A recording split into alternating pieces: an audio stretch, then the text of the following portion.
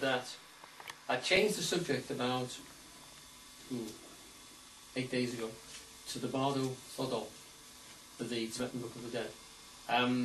It's just that I've been working on a transcript for the archive, and I've been working on a tutorial. Right, so the Bardo Thodol, the Tibetan Book of the Dead, has a lot of resonance for me particularly, because I actually, it's something which I discussed with Eugene Halliday on several occasions, and he's produced a tape on it, which is quite a significant tape, which is up there on the archive, and we'll soon have a transcript to go with it, and then a tutorial to go with the transcript as well.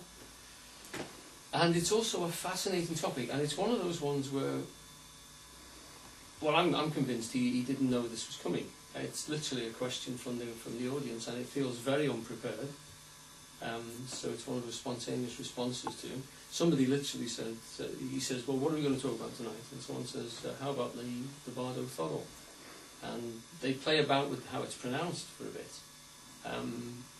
And then it slowly starts to take off. So we've got quite a background of information to this. We know that Halliday thought it was a very important piece. I know from my own natters with him that he took it very seriously, and we've also got this long tape.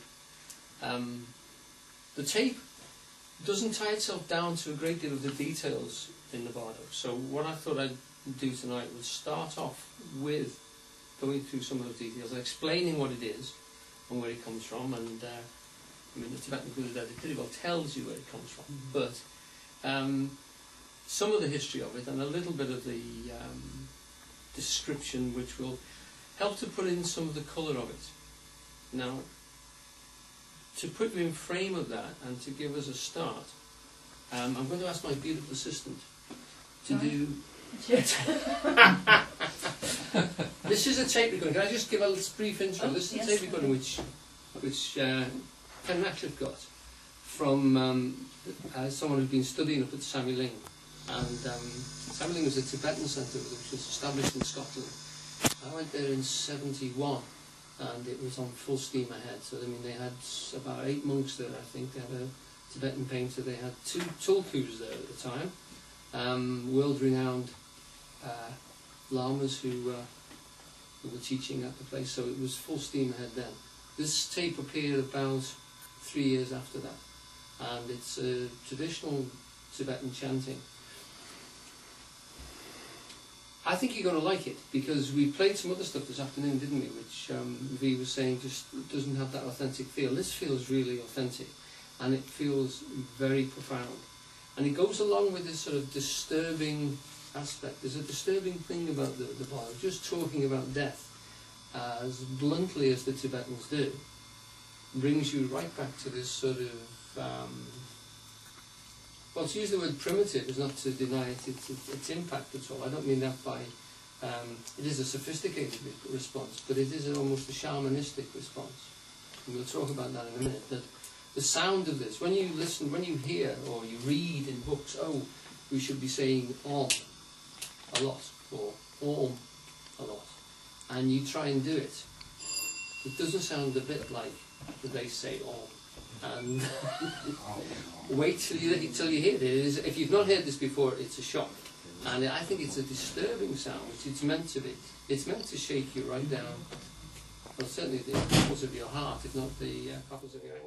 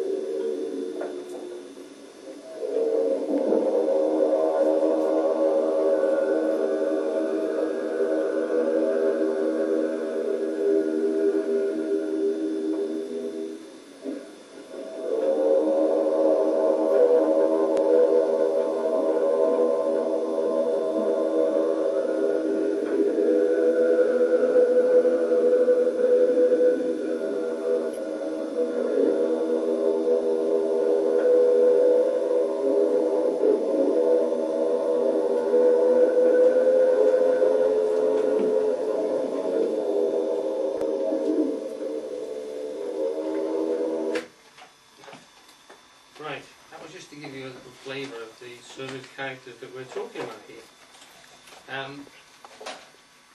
Because what I wanted to start off by saying is that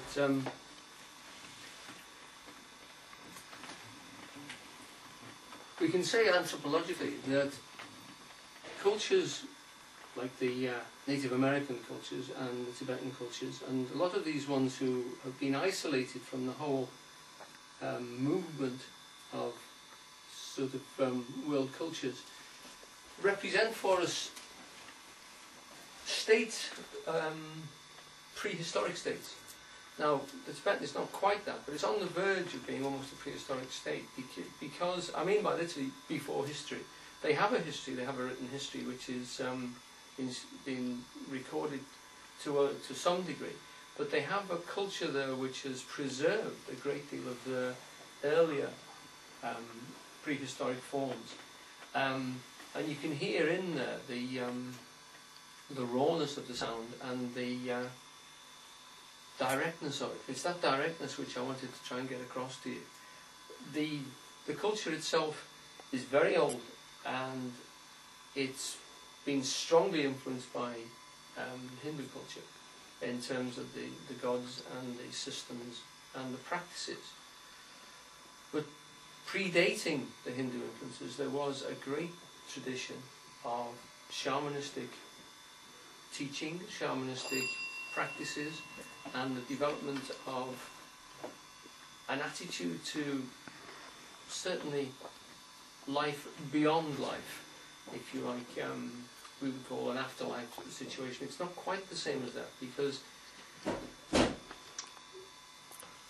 Tibet is a Buddhist culture, so we're talking about a culture which essentially says it doesn't consider that we have a soul, that we have an independent soul, that we are a flux, we are created by forces coming together. We are not an independent thing. We're totally supported. Our creation, our ego, floats on the surface of... it's like a waveform. It's created by a push and a resistance. It's an appearance that doesn't last. It's empty, in other words. It's non-permanent. So to say that there is a continuation, that there's something that lives after death, is a strange thing for them to say. And that is considered to be part of the roots of the shamanistic Bon. The original Tibetan system was called the Bon culture. It is that which had these migration shamans and priests who went about, literally, who has doctors, lawyers, priests, and head people to the people of Tibet. We have to remember as well it's a tremendously isolated country, because to get to it, you have to get across the Himalayas. It's surrounded by small states which are already isolated, and to get to Tibet itself, you've got a very limited time span to get in through the passes, which are snowed in for all but about 4 months of the year. And to get in often would take 6 to 7 weeks by pony. So there wasn't a great deal of contact with the outside world. It was very, very difficult.